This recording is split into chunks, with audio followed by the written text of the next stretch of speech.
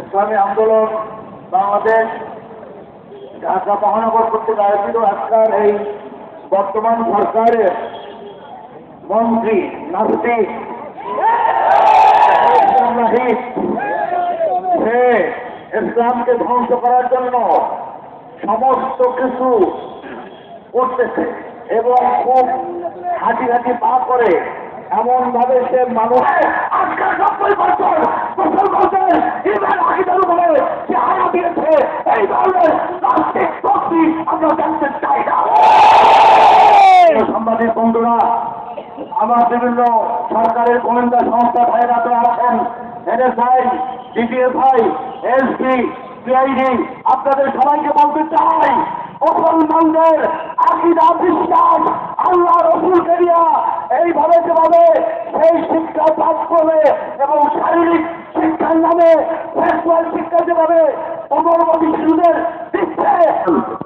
আজকের এই প্রতিবাদ সমাবেশে উপস্থিত আছেন ইসলামী আন্দোলন বাংলাদেশের মহতারাম আহমেদ সর্বনয় এসিকেমের অন্যতম সদস্য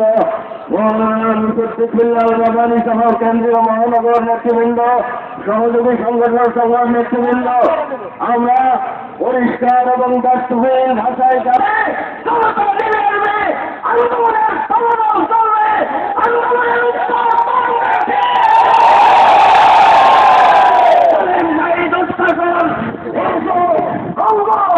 নিশ্চিত হবে।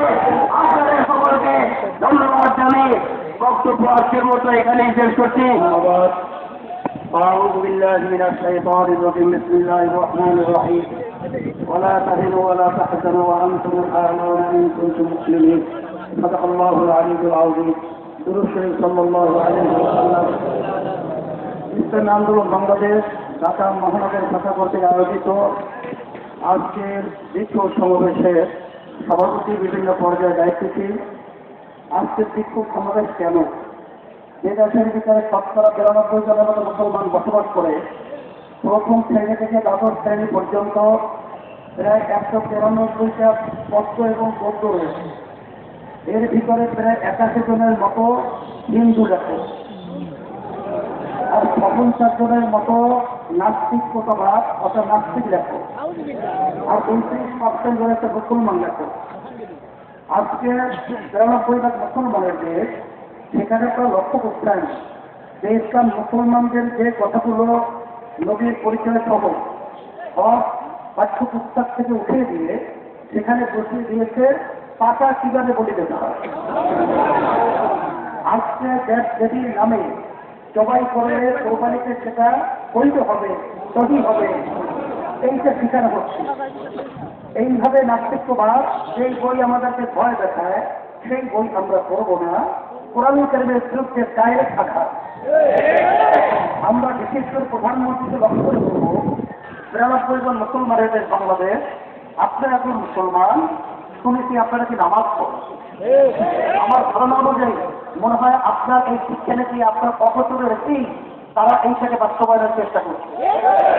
এই হিসেবে বাংলাদেশের মধ্যে মানুষ মানুষ হিসেবে তৈরি হবে এবং সমস্ত শিক্ষামন্ত্রী সহ যারা নাকি বিভিন্ন পর্যায়ে দায়িত্ব রয়েছে, এটা শুধু ওলামায়ে কেরামদের আন্দোলন নয়, প্রতিটা মুসলমানদের আন্দোলন।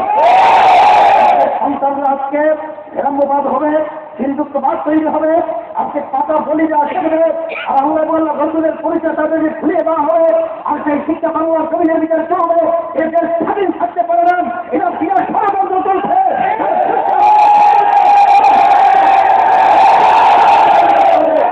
এই জন্য আপনাদের ইসলামী আন্দোলন বাংলাদেশ আমরা মাসব্যাপী কর্মসূচি ঘোষণা করেছি, তার ধারাবাহিকভাবে আজকে কর্মসূচি চলছে। আমরা আল্লাহকে কবুল করেন, বাঁচায় রাখেন।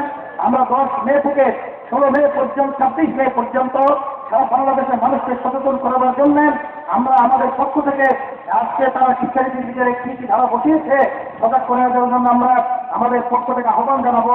চিঠির মাধ্যমে অর্থাৎ প্রিন্টের মাধ্যমে প্রচার করব।